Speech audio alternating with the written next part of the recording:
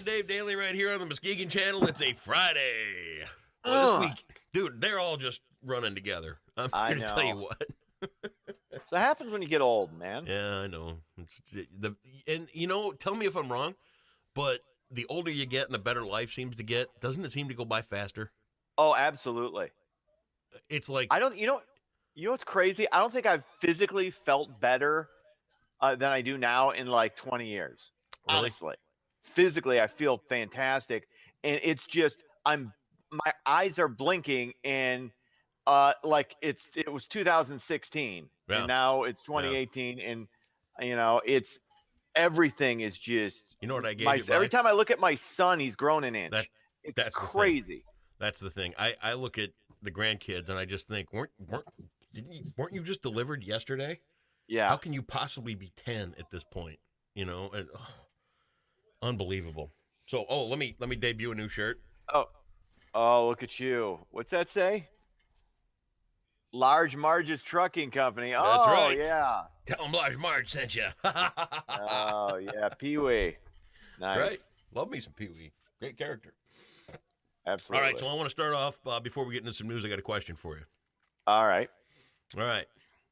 You're kind of a media savvy guy. Yes, very. I like to consider myself very media savvy. I know you like to consider yourself one. I was building you up a little because you're not that good, but anyway, whatever. What'd you think of the Sam Donaldson and who's that? Hannity. Did you see the conversation between those two the other day? I actually didn't see it. You haven't? No, I haven't seen the conversation. I know that there was the big pseudo they had a scandal with the fact that Trump and Hannity have the same lawyer. Well, what I saw was it was a sit down between, and I'm sure it was just part of the whole thing. Mm-hmm. But what I saw was a conversation between Ted Koppel and Sean Hannity, and Koppel was basically looking at him and going, "Look, you need to just report the news. You need to take the slant out of it. You need to take the and just hear me out. Go ahead. I thought Koppel gave him a schooling. I thought Koppel gave him an absolute ass whipping, and it was almost like having a wise old sage looking at the new young whippersnapper going, "Look, dude, you ain't doing anybody any favors, and quit, lay off the arrogance and the ego, and stick to reporting the facts." I really thought he did great, but you haven't seen it, so you don't know. I haven't seen it, but I can tell you right now why he's wrong, and I'm not a fan of Sean Hannity at all. Okay. I think he's Rush light. He's not. I'm not a big fan. I've heard good things about him as far as a person. I hear he's a decent dude, but I'm not a fan of his show. I don't like I'm just not a fan. That said, he's not a journalist. He doesn't purport to be a journalist. Okay, he's basically an analyst. He analyzes things from a right-wing perspective. Right. Ted Koppel is a newsman. He is a traditional journalist from that school. Okay, Sean Hannity is not. So you can't. If Sean Hannity just reports facts, Sean Hannity's not going to have a job. Okay, that's not his role.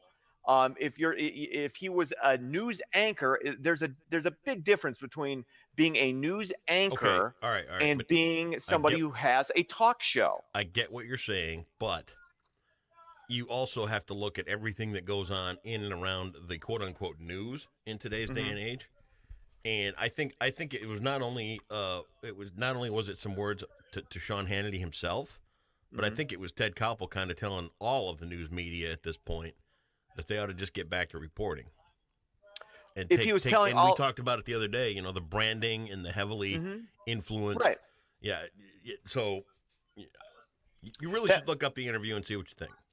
That's fine, but he should also have that discussion then with Rachel Maddow. He should have that discussion with Chris Hayes. He should have that discussion with Chris Matthews. He should have that discussion with everybody on CNN. I don't disagree. I'm not saying, but at the same time, like I said, not a Sean Hannity fan, but Sean Hannity's job and Ted Koppel's jobs are not the same. But so you can't. The water's getting muddy is the problem. Well, you know whose fault that is? Honestly, I blame that on viewers. Viewers, I can See, and that's the same dissect. I thing can look Sean at somebody. Hannity said. Mhm. Hannity's sitting there looking at Koppel going, don't you think people can make up their minds when it comes down to what's entertainment and what's opinion and what's news and blah, blah, blah? Yeah. And Koppel basically said, look, you've got a job to do. And I think, But he didn't and answer the again, I don't think question. he was pointing directly at Hannity. I think he was pointing at media in general, saying, let's just get back to the facts here. And I don't think he's wrong. I would say, you know what? That's not the world we live in, unfortunately. And I'm more with Koppel from a report it straight. I understand that perspective and I respect that perspective. At the same time, that's not the world we live in anymore, and we're not going to ever go back to that. It's not going to happen. Okay. So we got to live in reality, and the reality is you have one side and you have another side, and what you got to do if you're a viewer, and this requires some this requires a little bit of diligence on the viewer's part. You got to watch both. You got to listen to both and then make up your own mind. Right. That's what you should do. Right. As opposed to just it's what's the word? I heard it the other day, a confirmation bias. Right. Get your own, basically, people on the left, people who watch MSNBC, CNN exclusively, or network news exclusively, and people watch Fox News exclusively.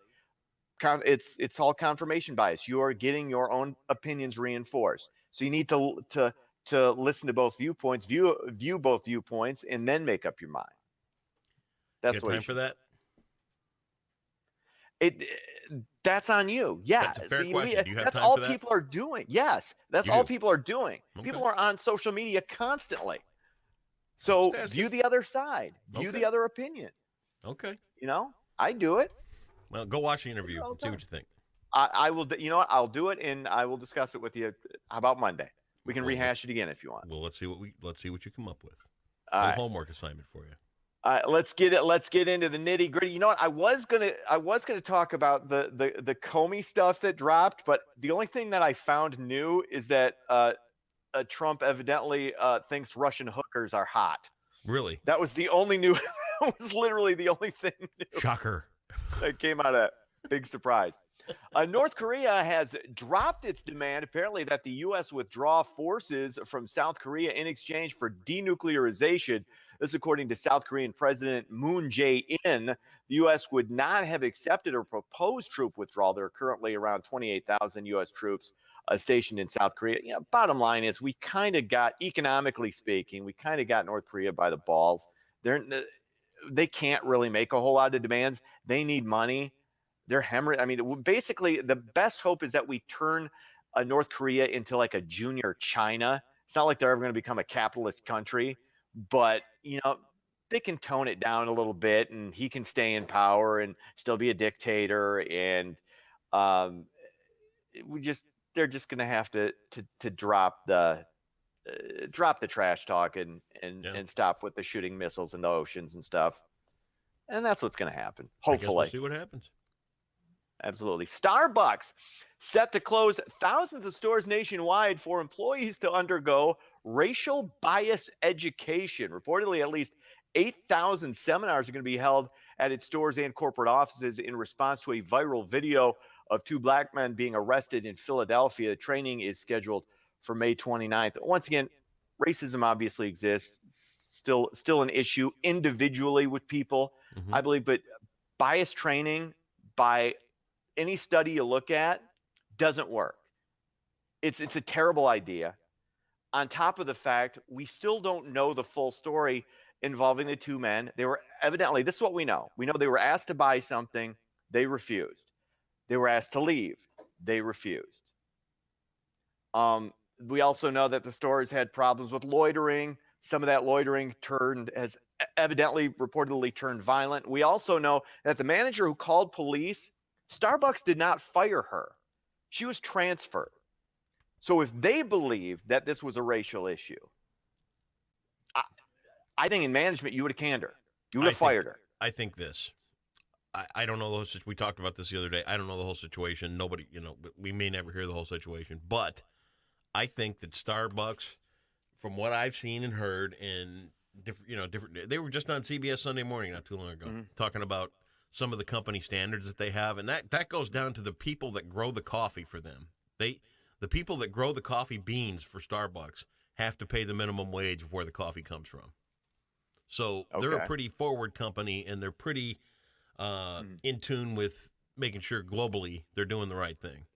So if this incident pops up and it needs to be addressed, Starbucks, I think, is being a decent steward and leading by example by saying, look, whatever the situation is, we're going to do what we can as a company to see that it never happens again. And it's going to cost them. And you know what? You can agree or disagree with it. I see that look on your face and all this other kind of stuff. But this is not out of the mold for Starbucks to do something like this in order to show that we care, we're a good company, and we want to make amends. So, you may look at it as a token type thing to do the training and all that other kind of stuff. I really don't think Starbucks sees it that way. I think that they think that they're doing the right thing by offering this training to the people that work for them.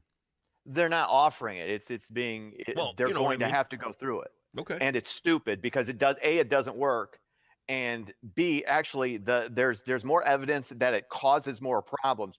And one of the reasons you could see why it would cause problems is if you're an employee at Starbucks, do you want it implied that you're racist? Do you? No. And how do you know unconscious bias? How do you know if somebody is unconsciously biased? I mean, unconscious bias, I'm not going to deny that it exists, that people, view things through certain prisms. Individuals have different experiences and have gone through different things and view things differently. Totally understand that. There's no way to do this training. It's stupid. It doesn't work. My problem with it is it doesn't work. And it's a token gesture, and it's not going to fix anything. Well, if you're going to fix a problem, I'm all for fixing a problem if there's a problem. Totally with you. If there's a racial incident, I'm going to stand with anybody to combat a racist incident. If I just still haven't seen evidence of that yet. Well, I'm saying that I think Starbucks is really acting in the grain of what they do and what they stand for by doing this training, and that's the way that company rolls. You don't think it's a PR move? I think it's a complete PR move. Completely. I think it's a little of both. You're more of an idealist than I am, though. So Anyway, moving on. According to reports, the Muskegon Middle School will not close. That was apparently considered an option after a lower than expected student count and dwindling funds. Other options, including administration pay cuts, are being considered. I believe they've also decided they're moving the learning center into the Muskegon High School. That was, I think, just announced is a way to and they're going to look at some other things. But I think you definitely need to look at administration pay cuts. They had that meeting with some members of the community, and they're like, "Hey, did you see Taiwan Threadgill's talk?" Yeah, I did. Oof, I know that. I know that kid. I'll tell you what. That was basically challenging. Hey, you got to do better by our kids. He is a brilliant young man. Mm-hmm. He is he's big in the Dem Party and all that stuff. So I've gotten to know Taiwan a little bit.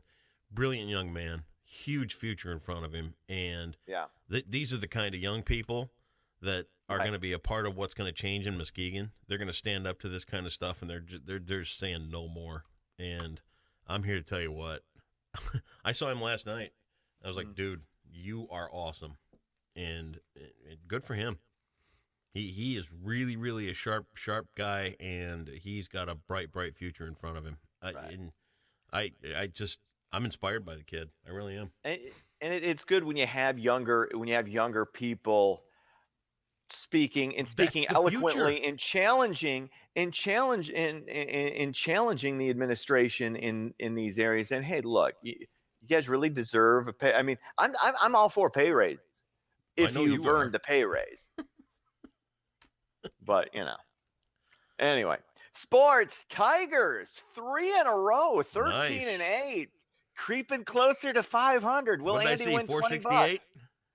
What? What did I see? 468 last night. I'm watching. I'm watching that see. Average. I'm watching. We'll see. 468. Got to get above 500. I know it. All it's not take quite is once. There yet. Cubs win. They beat St. Louis 8-5. That's sports. Have yourself a great weekend, Dave, and I will talk to you back here Monday. All right. See ya.